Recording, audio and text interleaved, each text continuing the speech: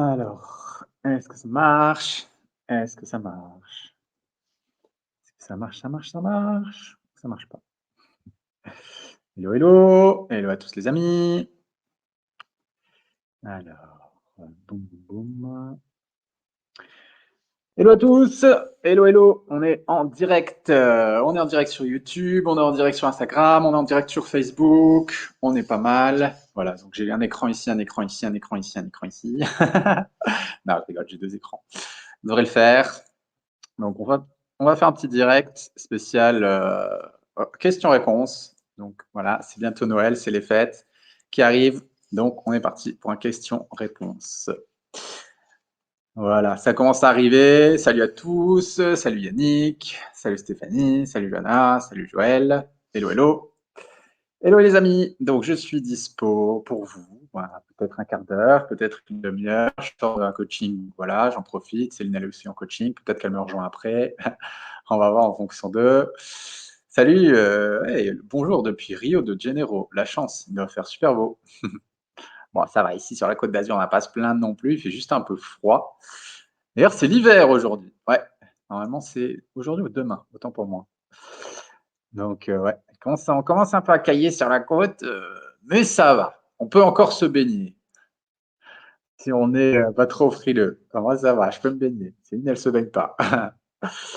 Ok, ben voilà, c'est les fêtes. Petit live là entre deux coachings, histoire de. Donc, je vous souhaite déjà un joyeux Noël. Pour ceux que je verrai pas, je sais pas si je dois vous souhaiter un joyeux Noël ou un joyeux Orwell cette année. Désolé pour le jeu de mots pourri, mais elle était trop tente.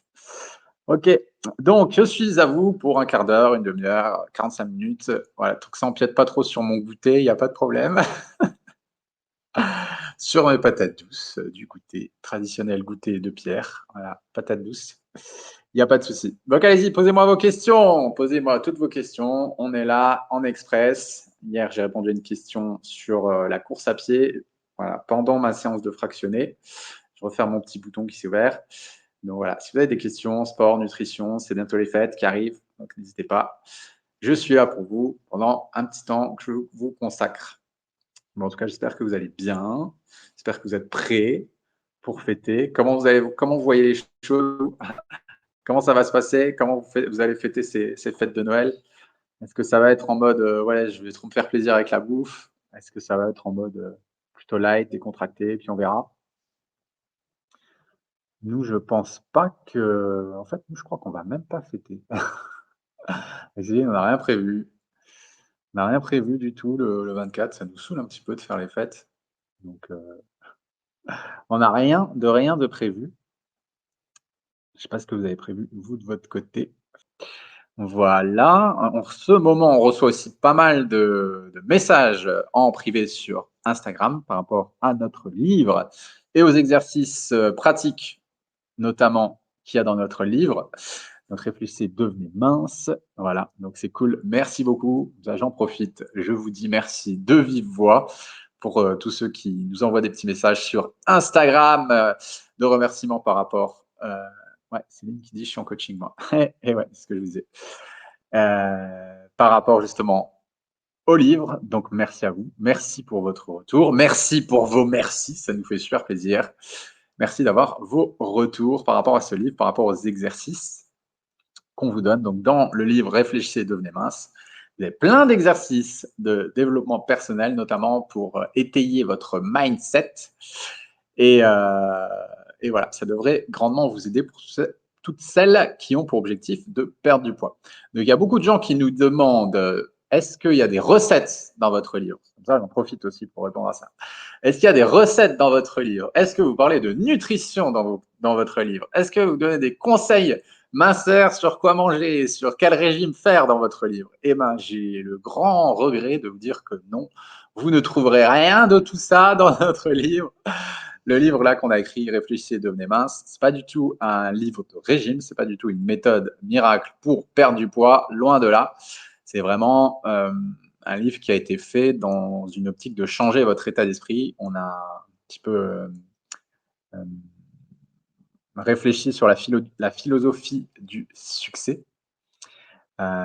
Justement, je lis encore en ce moment en même temps les commentaires. Voilà. On a réfléchi sur justement la philosophie du succès et on l'a mis, dans un livre justement. Voilà, donc vous ne trouverez pas de recettes, vous ne trouverez pas de régime miracle ni quoi que ce soit, c'est que du mindset, OK? C'est que du développement personnel. Voilà, vous avez des livres de recettes, normalement, sur le site J'alimente ma santé ou dans les formations ou dans nos coachings. Voilà, là, on a plein de recettes. Ça, c'est dans les e-books, comme disait Céline.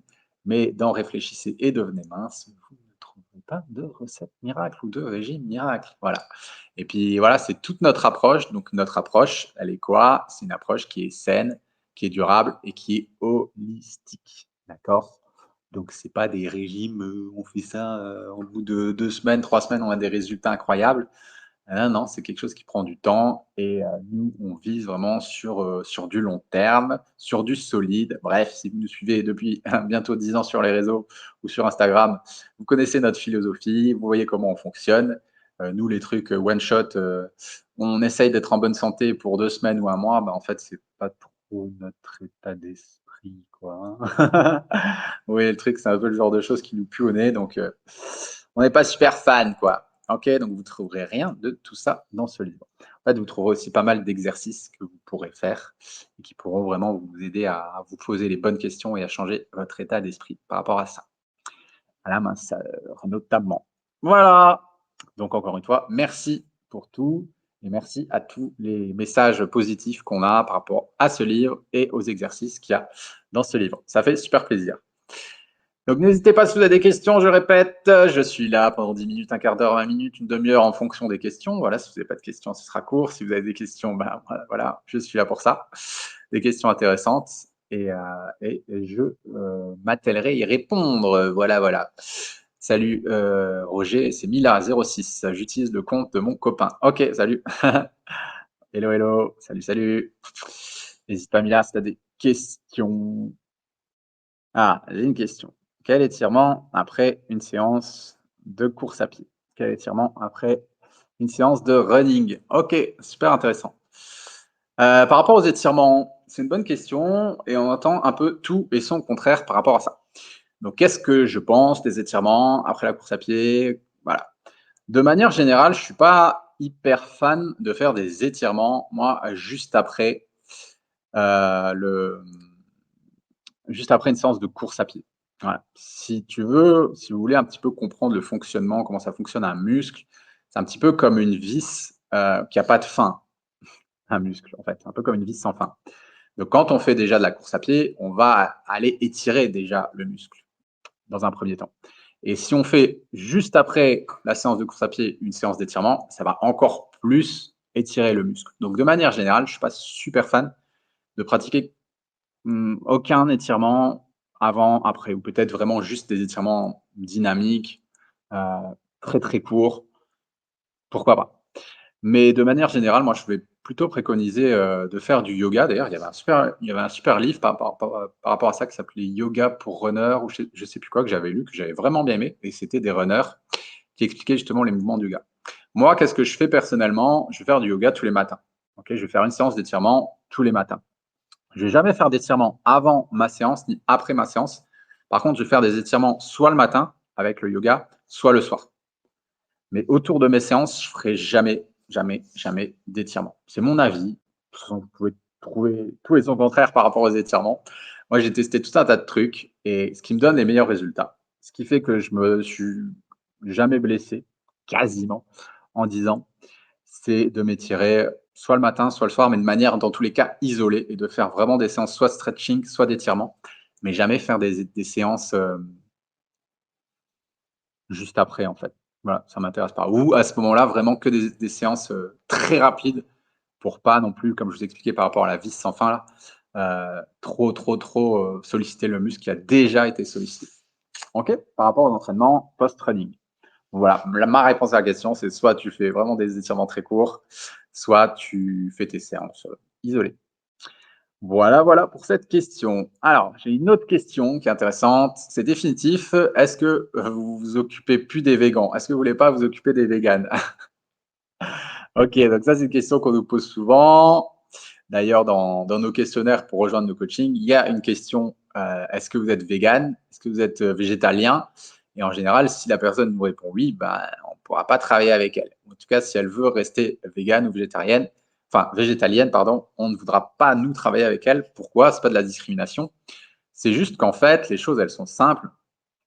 Nous, on part d'une méthode qui fait que on laisse les personnes, on laisse le corps de la personne s'exprimer. Okay, donc, on a créé des outils de quantification qui permettent à chacun de déterminer ce qu'ils font, ce qu'elles font, ça fonctionne ou ça fonctionne pas. Donc, imaginez qu'on fait rentrer quelqu'un qui est végétalien. Je vais utiliser le mot végétalien pour pas me planter. Qui est végétalien, mais qui est végétalien par conviction, de par son esprit. C'est son esprit qui veut rester végétalien. C'est son esprit qui a dit « je veux être végétalien parce que j'ai vu une vidéo sur YouTube des abattoirs, ça m'a traumatisé et je veux plus jamais manger de viande, blablabla, tous ces trucs qu'on peut entendre. » Ok, pas de problème, c'est un choix, donc c'est éthique. On respecte tout ça, chacun fait ce qu'il veut, faites ce que vous voulez. Maintenant, ça, c'est notre esprit qui parle. Si notre corps, il nous dit l'inverse, si cette personne, ça fait 3 ans, 4 ans, 5 ans, 10 ans qu'elle est végétalienne, que son esprit dit non, non, non, je ne veux pas manger de produits animaux, je ne veux pas manger de produits animaux, je ne veux pas manger de produits animaux. Mais que son corps crie par tous ses pores que ça ne va pas du tout, qu'il est épuisé ou qu'elle est épuisée, cette personne, qu'elle a des problèmes de peau, qu'elle a des problèmes hormonaux, qu'elle a des problèmes de thyroïde, qu'elle a une fonte musculaire, qu'elle manque d'énergie, etc., etc. Voilà, qu'il y a des dysfonctionnements hormonaux, blablabla. Enfin, tout un tas de problèmes que peut éventuellement engendrer le végétalisme. Okay, et que, en utilisant des outils de quantification, elle se rend compte que c'est ça le problème, les outils de quantification que nous utilisons. Mais que par de son esprit, parce qu'elle est dans son dogme, elle ne veut pas changer, qu'est-ce que nous, on va faire? Qu'est-ce que nous, on va pouvoir faire? Que dalle. Okay, donc, on va être limité. Sauf que nous, on n'aime pas perdre notre temps. On n'a pas que ça à faire que d'aider des personnes qui ne veulent pas changer des choses. C'est le principe du coaching. Quelqu'un de coachable, c'est quelqu'un qui va faire ce qu'on lui demande et après, on va débriefer ensemble. Mais si la personne, elle ne veut pas faire ce qu'on lui demande, eh ben, on va pisser dans un violon puis on va perdre du temps, quoi. Donc, c'est pas intéressant. Nous, on est vraiment dans une optique où on laisse le corps des gens s'exprimer. Si le corps dit c'est bon, il n'y a pas de problème, je peux être végétalien et pomper l'up, j'ai la super méga forme, tout va bien, bah, tant mieux. Peut-être qu'il y a des gens pour qui ça marche, c'est génial. Pour Céline et moi, ça n'a pas marché, bon bah voilà. Mais si on s'aperçoit que ça ne marche pas et qu'on ne veut pas, on reste dans son truc, bah, on va perdre notre temps. Ok, donc pour répondre à ta question, ouais, c'est définitif. Toutes les personnes qui sont végétaliennes, on ne pourra pas leur venir en aide, on ne pourra pas les coacher, on ne pourra pas les accompagner, à moins que ce soit des personnes qui veuillent, qui souhaitent changer les choses, qui souhaitent s'ouvrir et qui souhaitent dire, OK, j'ai remarqué que dans cette approche, il y avait des facteurs limitants, je veux bien peut-être manger des œufs, je veux bien peut-être manger du poisson, je veux peut-être parfois manger de la viande, ça peut dépendre. Mais voilà, si les personnes sont fermées et veulent rester dans ce qui peut-être a causé leur problématique, bah, nous, on ne va pas pouvoir faire grand-chose. Encore une fois, on va avoir un peu l'impression de perdre notre temps et ça va nous saouler, quoi. Donc voilà, pour moi, végétarien, voilà. Végétarien, quelqu'un qui est végétarien, qui mange des œufs, par exemple, tous les jours, ça peut largement faire le taf si c'est bien fait. Si l'apport il est équilibré, il y a largement moyen. Pour moi, quelqu'un de végétalien, ça va vraiment dépendre des profils. Il y a une très petite partie de la population qui peut être végétalien. Tout ça, on l'explique dans les différentes formations qu'on a fait sur le profilage. Ok. Donc, végétarien, c'est possible, mais végétalien, c'est très compliqué. Il faut avoir vraiment le bon profil. Donc, c'est un peu comme à la roulette. Tu as la chance ou tu n'as pas la chance. Et dans tous les cas, il faut le faire d'une manière vraiment, vraiment, vraiment très pointilleuse, quoi. Attention, c'est pas n'importe comment qu'on fait tout ça. Voilà, par rapport à ça. Donc, végétarisme, ouais, végétarien, je pense que c'est largement faisable. Encore une fois, ça dépend des profils. Prenez le profil de Céline, par exemple, vu qu'on est lancé là-dessus. Céline, c'est quelqu'un, elle ne peut pas du tout être végétarienne, en fait. Elle a un profil chasseur et elle ne peut pas du tout être végétarienne. Elle ne peut pas se passer du tout de protéines animales. OK, et ni de poisson, et cetera. Elle ça, de chair animale, elle peut pas se passer, en fait, de poisson. Elle mange beaucoup de poisson, de la dinde, mais elle peut pas s'en passer, en fait. Tout de suite, son corps, il va lui dire, «No way», quoi, ça ne marche pas, ça ne fonctionne pas. Moi, à l'inverse, je peux déjà beaucoup plus facilement tendre vers ce régime végétarien, mais jamais je retournerai végétalien, quoi. J'ai essayé pendant 2 ans, ça a fonctionné au début, puis après ça a plus marché, quoi.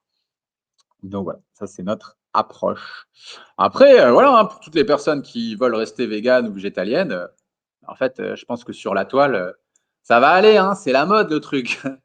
Vous en trouvez plein des véganes, des végétaliens qui veulent bien accompagner des gens, il y a pas de problème, hein. Allez-y et vous trouverez forcément chaussures à votre pied au niveau accompagnement, quoi. Il y aura pas de souci par rapport à ça. Mais ce sera juste pas chez nous, quoi. Parce qu'on connaît trop les facteurs limitants, puis on n'a pas envie de se prendre la tête, avec tout ça, quoi. Imaginez que c'est pas du tout votre profil. Voilà, imaginez on a une personne, une Céline bis par exemple, mais qui est mordicus soutient au niveau de son esprit: «Je veux rester végane, je veux rester végétalienne, je veux rester végétalienne». Bah, ouais, mais en fait, ça va pas à ton profil, quoi. Donc tu beau faire 150 000, essais, si c'est pas pour toi, c'est pas pour toi, quoi. Donc une Céline bis, on n'aurait rien pu faire pour elle, typiquement, si elle avait voulu rester végane ou végétalienne. Donc c'est pour ça qu'on ne préfère pas s'aventurer là-dedans, pour pas nous faire perdre notre temps et vous faire perdre votre temps aussi. OK. Est-ce que vous avez d'autres questions, les amis? Je suis là. Je suis là pour vous. Posez-moi vos questions et j'y répondrai. Super intéressant en tout cas, c'est cool. Au moins, vous avez notre retour par rapport à ça. On a fait une vidéo justement sur notre avis sur le régime végétarien, végétalien et tout ça sur la chaîne YouTube. Euh,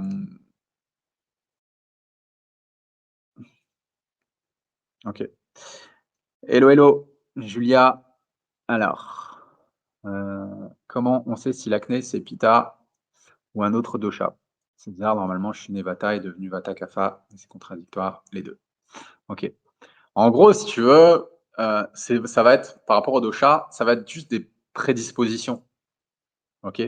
Par exemple, typiquement, on dit que Pitta, il a une prédisposition à l'acné, OK? On peut dire aussi, comment expliquer ça?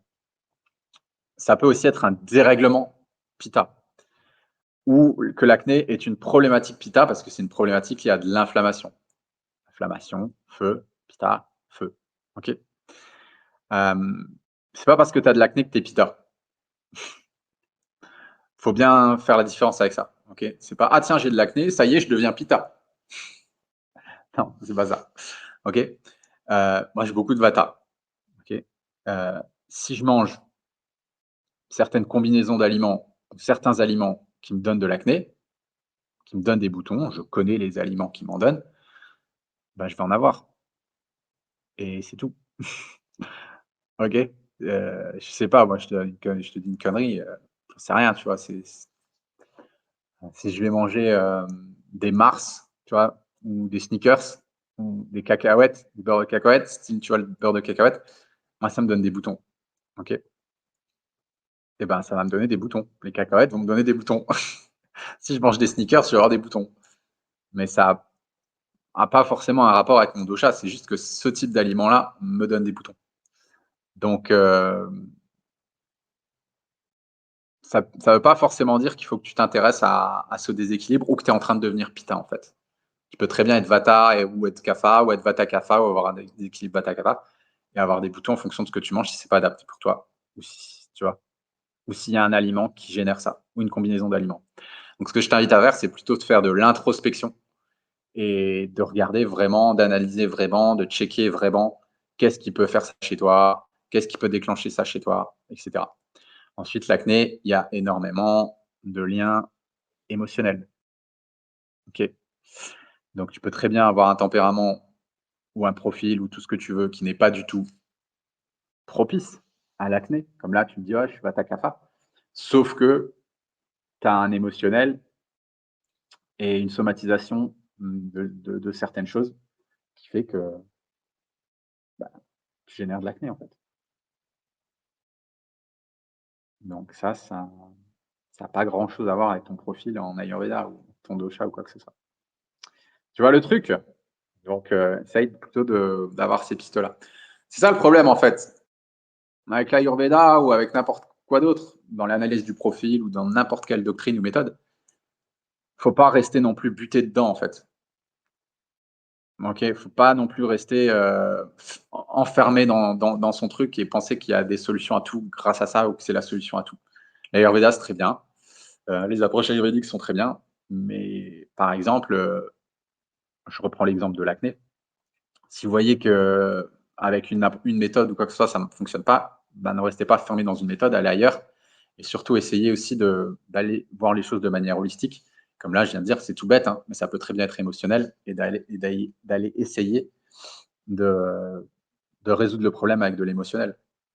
Tu peux aller voir un thérapeute ayurvédique qui te donne 150 000 plantes, blablabli, blablabla, il te balance plein d'infos, il te donne un protocole, tu testes, ça marche pas.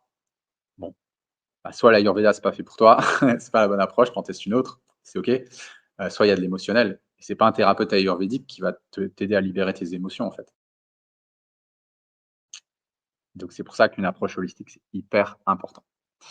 Alors, est-ce qu'on pourrait faire des vidéos de yoga sur YouTube et sur Instagram? Salut Instagram. Non.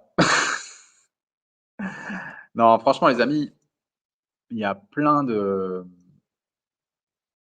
il y a plein de gens en fait qui font des vidéos de YouTube, de yoga sur YouTube et sur Instagram, qui sont vraiment des pros pour ça, qui sont équipés pour ça, qui font plein de trucs là-dedans et c'est vraiment leur kiff.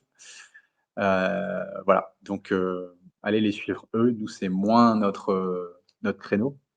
Là, on est en train d'ouvrir une salle de yoga à Menton.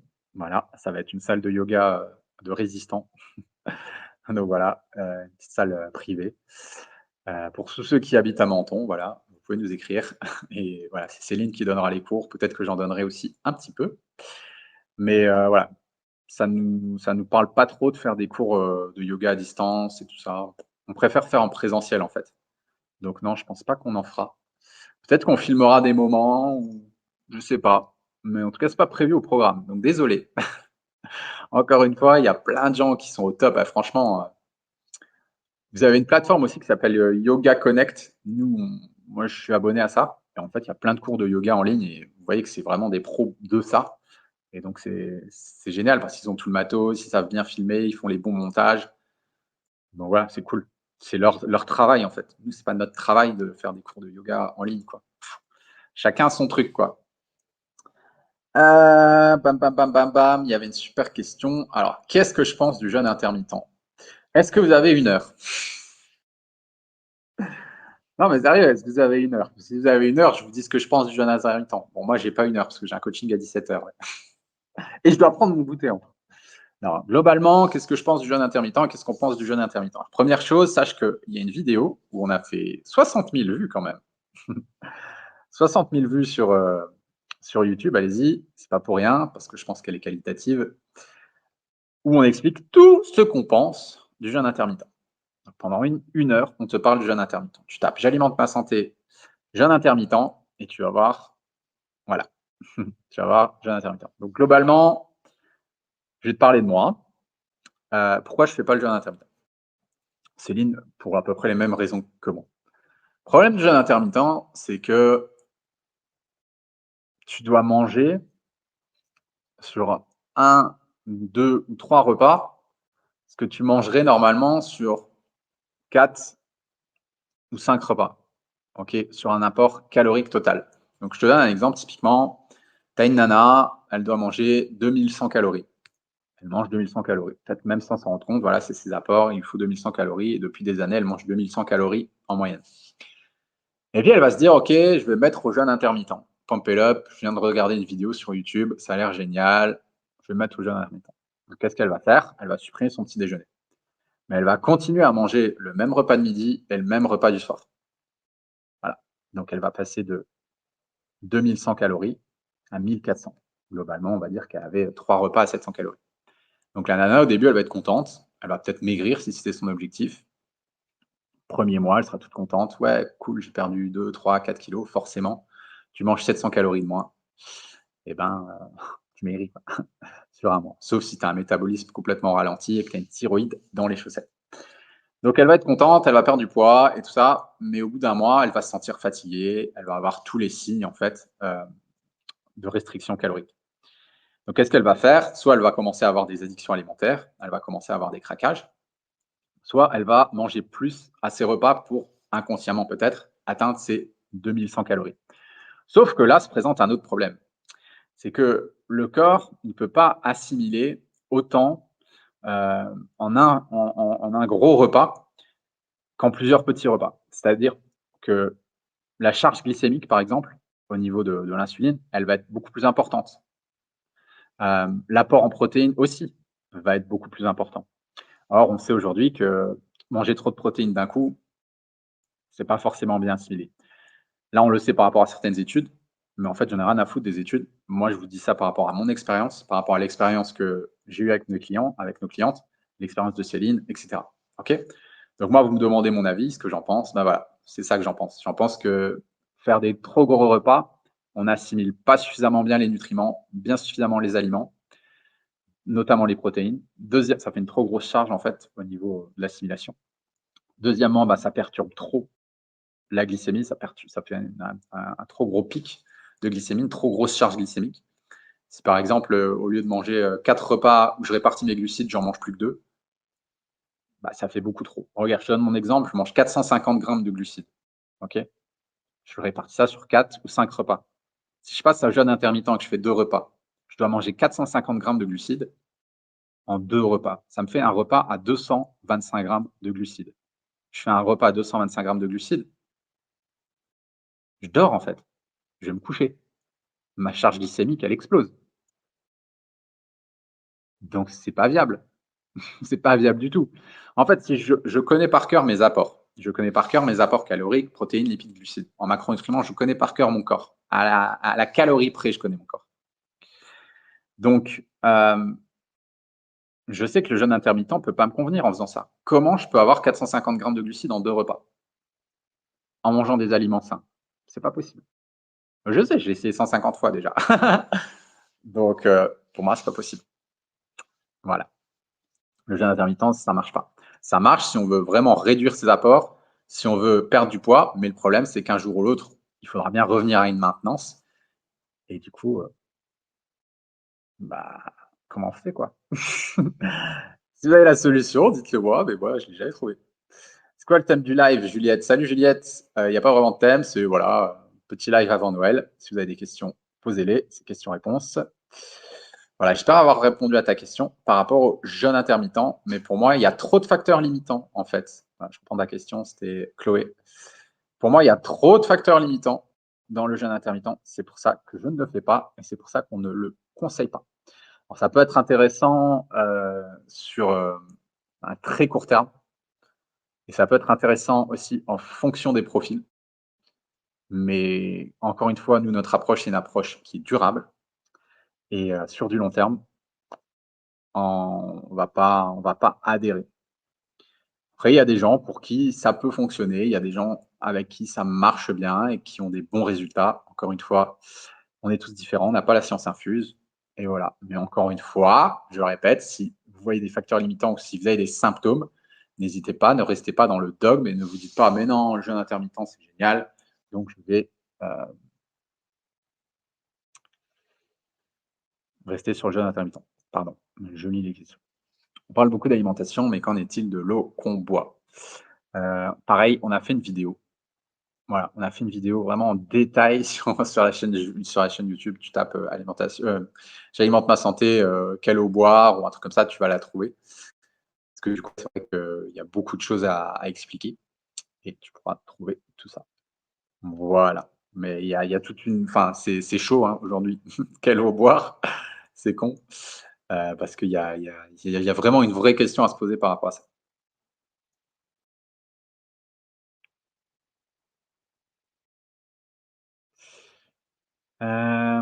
Quel sport adapté quand on veut extérioriser la colère mal gérée et qu'on a des problèmes aux articulations? Apparemment, la corde à sauter pour le mal de genou, c'est pas bon.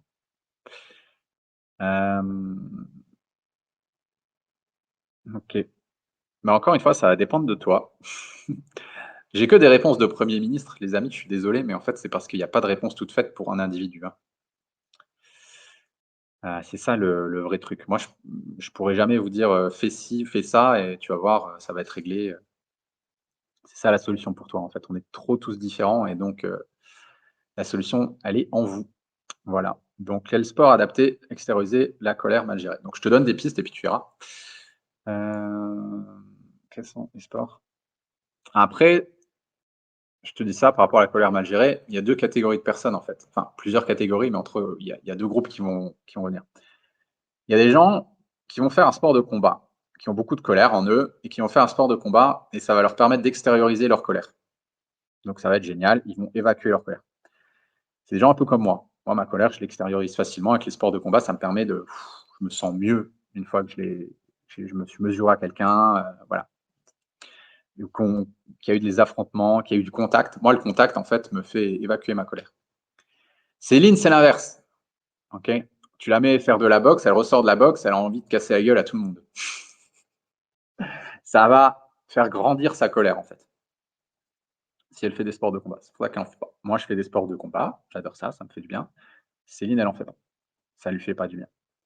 Donc, à toi de voir où tu te situes par rapport à ça. Ensuite, par rapport aux problèmes d'articulation, ben, il y a pas de souci par rapport à ça. Tu peux très bien faire des sports de combat où les articulations sont pas sollicitées, comme le judo, l'aïkido, des sports où il y a plus de contact, ou peut-être même de la lutte, des choses au sol, plutôt que des sports où il y a un contact avec un sac de frappe ou avec un individu en mettant des coups, tu vois? Comme de la boxe, du muay thai ou tout un tas d'autres sports où tu as un petit peu plus de contact.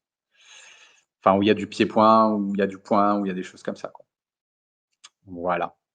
Alors apparemment, la corde à sauter, pas m c'est pour les genoux, c'est pas bon. Ouais, mais bon après, c'est pas parce que tu fais des sports de combat que tu es obligé de faire de la corde à sauter, hein. Pas du tout. Tu peux très bien progresser dans les sports de combat sans faire de corde à sauter, hein, c'est pas un souci.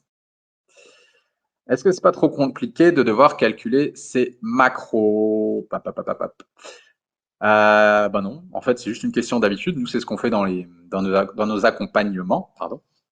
Dans nos accompagnements, on aide les personnes qu'on accompagne à savoir et à bien calculer leurs macros. On leur apprend. C'est comme tout, en fait, hein. Je sais pas, moi, demain, tu me dis, «Ouais, j'ai envie, d'être riche». Ah OK, tu as envie d'être riche? Ouais, j'ai envie d'être riche. Bah, OK, bah, va falloir faire des investissements dans l'immobilier, va falloir faire des investissements, je sais pas, acheter des garages, acheter une maison, des trucs comme ça et tu vas me dire: «Ah ouais, mais c'est pas trop compliqué d'acheter un appartement?»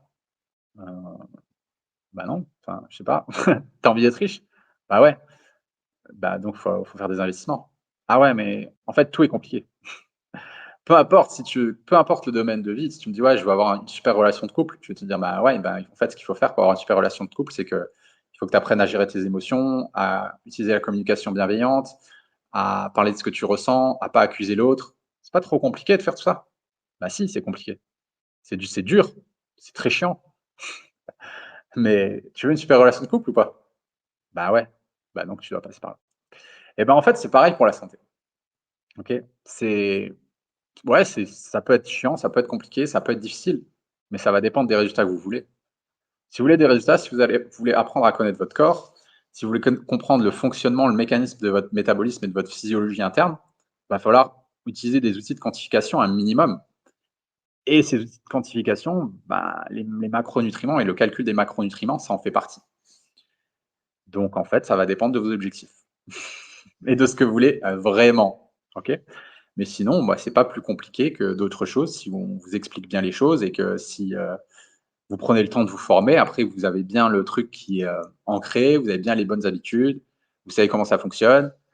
C'est toujours compliqué au début, tout est compliqué au début, OK? Là, j'ai jamais fait de lutte de ma vie. Je suis en train d'apprendre la lutte à librer.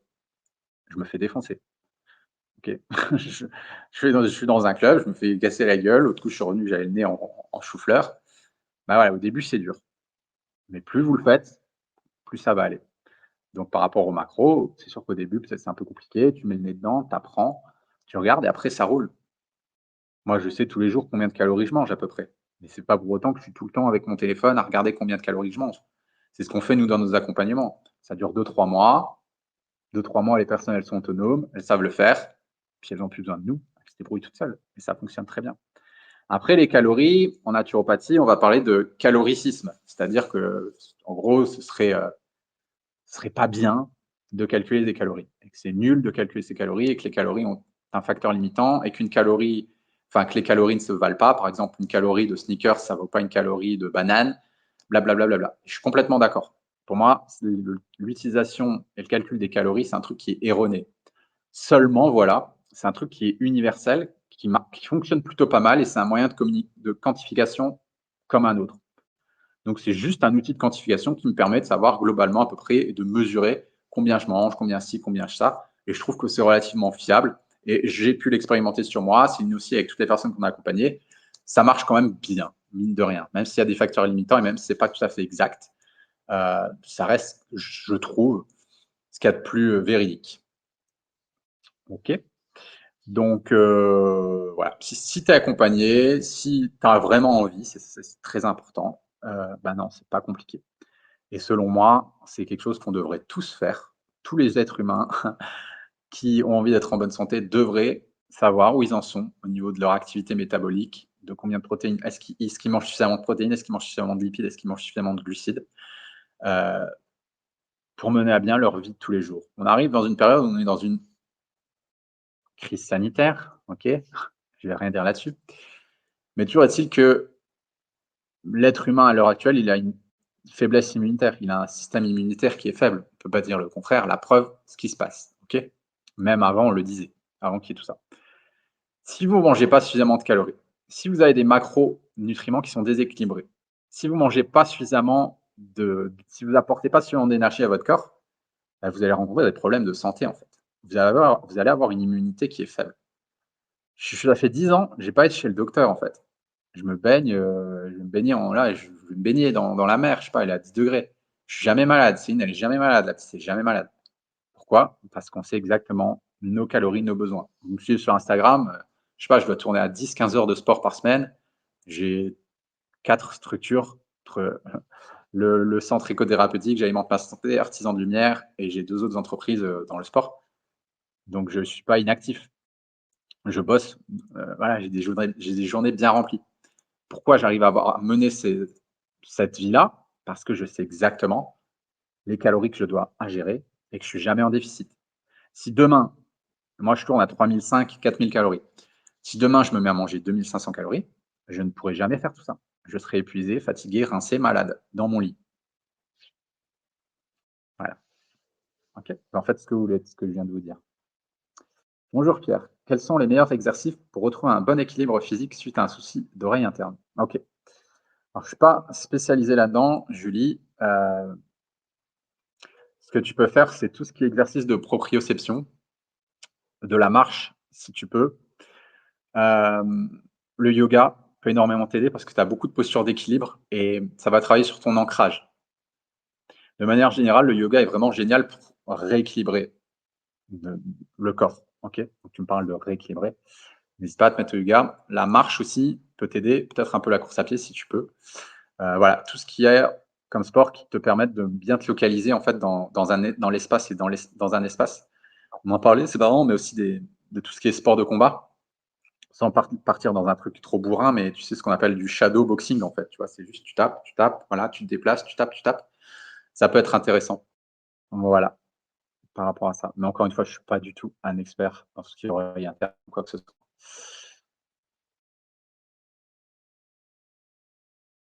Alors merci, merci. OK. Alors, je lis vos questions, pardon, hein. OK, elle est revenue souvent celle-là, dis donc. Idéalement, comment compenser la carence en iode? Céline, elle a répondu. Alors, super. Christelle qui pose la question, qui a une maladie auto-immune et elle est en surpoids. Il faut que je perde du poids. Alors, je répète la question, j'ai un petit peu mâché les trucs parce que je la lisais pour moi. J'ai une maladie auto-immune et je suis en surpoids. Il faut que je perde du poids, mais je ne peux que marcher ou faire du vélo comme sport. Puis-je maigrir? Alors nous, en accompagnement, on a déjà eu tout un tas de personnes qui avaient ce genre de problématiques, qui avaient des maladies auto-immunes ou qui ne pouvaient pas faire beaucoup de sport, voire très peu de sport, et il n'y a pas de problème. D'accord? Il n'y a aucun souci par rapport à ça. Surtout, ne sombrez pas dans l'excusite. Je ne sais pas si vous connaissez La pire maladie du monde qui est l'excusite, c'est je me trouve des excuses, une maladie, très chronique, je me trouve des excuses, pour tout et rien ou en tout cas de ma situation, j'en trouve rapidement des excuses. Donc surtout si vous avez des problématiques ou des pathologies, ne tombez pas là-dedans, ne vous dites pas: «Tout est foutu, je suis dans la merde, je perdrai jamais de poids» ou «Foutu pour foutu, à quoi bon? Bah, autant, pas faire attention à ma santé». Surtout pas, ne sombrez pas dans l'excusite, d'accord? Donc maladie auto-immune, bah, OK, il y a pas de problème. Qu'est-ce qu'on fait? Déjà, si tu peux juste, entre guillemets, «marcher» et faire du vélo, bah, en fait, il y a pas de problème. C'est absolument génial. OK, bah, marche et fais du vélo. Marche tous les jours, fais du vélo tous les jours et voilà. Tu dépenseras des calories peut-être moins rapidement que quelqu'un qui va aller faire, du HIIT, que quelqu'un qui va aller faire, du trail dans la montagne, que quelqu'un qui va faire, de la corde à sauter. La corde à sauter, ça brûle énormément de calories. Bah, il faudra juste aller marcher, 2 heures au lieu de marcher 1 heure, et voilà, il y a pas de souci. Ensuite, il faudra travailler sur l'alimentation, bien évidemment, si tu veux avoir une perte de poids. D'accord? Ça, c'est super important et je rebondis sur ce que je disais tout à l'heure à Nathalie, par rapport au calcul de tes besoins. Savoir, en fait, on va parler de balance énergétique, tout simplement, à savoir, est-ce que je consomme plus que je dépense? Est-ce que je consomme moins que je dépense? Est-ce que je consomme autant que je dépense? Est-ce que j'apporte suffisamment de micronutriments à mon corps? Ça, c'est super important aussi pour la perte de poids parce que, ben, des organes qui sont épuisés, qui n'ont pas suffisamment de micronutriments, ils vont pas faire le processus, ils vont pas faire le processus de détox au niveau du corps. Donc, tu vas pas perdre de poids. OK, ils vont pas fonctionner de manière optimale. Donc ça, c'est super important. D'accord? C'est vraiment super important de le faire et d'être conscient. Donc il y a pas que le sport. Tu peux aller marcher, faire du vélo et surtout, ça c'est super important par contre, bien connaître tes besoins, bien connaître tes apports, faire les choses de manière carrée, ça il y a pas de souci quoi et manger bien sûr des aliments qui sont sains au niveau de la qualité, qualitativement parlant quoi.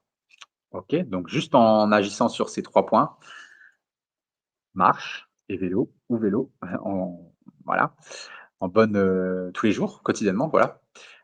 Des aliments, qui sont de bonne qualité et une quantité adaptée à tes besoins réels. Alors Nathalie qui nous demande justement, qui rebondit là-dessus: «Comment savoir combien de calories macro on a besoin? Doit-on les baisser pour mincir?» Alors ça, c'est pareil Nathalie, si tu veux, je peux pas te répondre.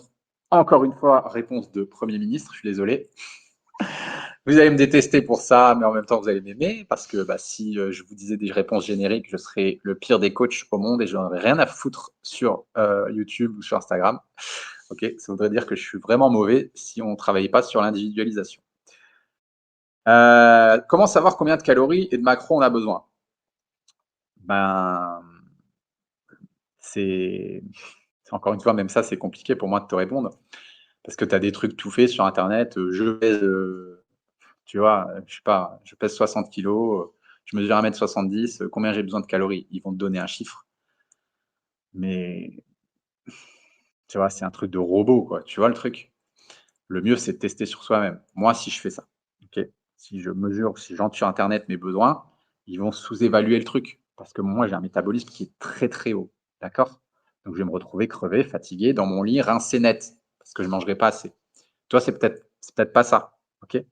Donc le mieux du mieux du mieux pour savoir combien tu as besoin, c'est de partir sur une base et en fonction d'une base générique et de faire tes propres essais. OK? Ça, c'est la première chose et la chose la plus importante à faire. Partir sur une base stable et saine et voir s'il faut les monter, voir s'il faut les baisser.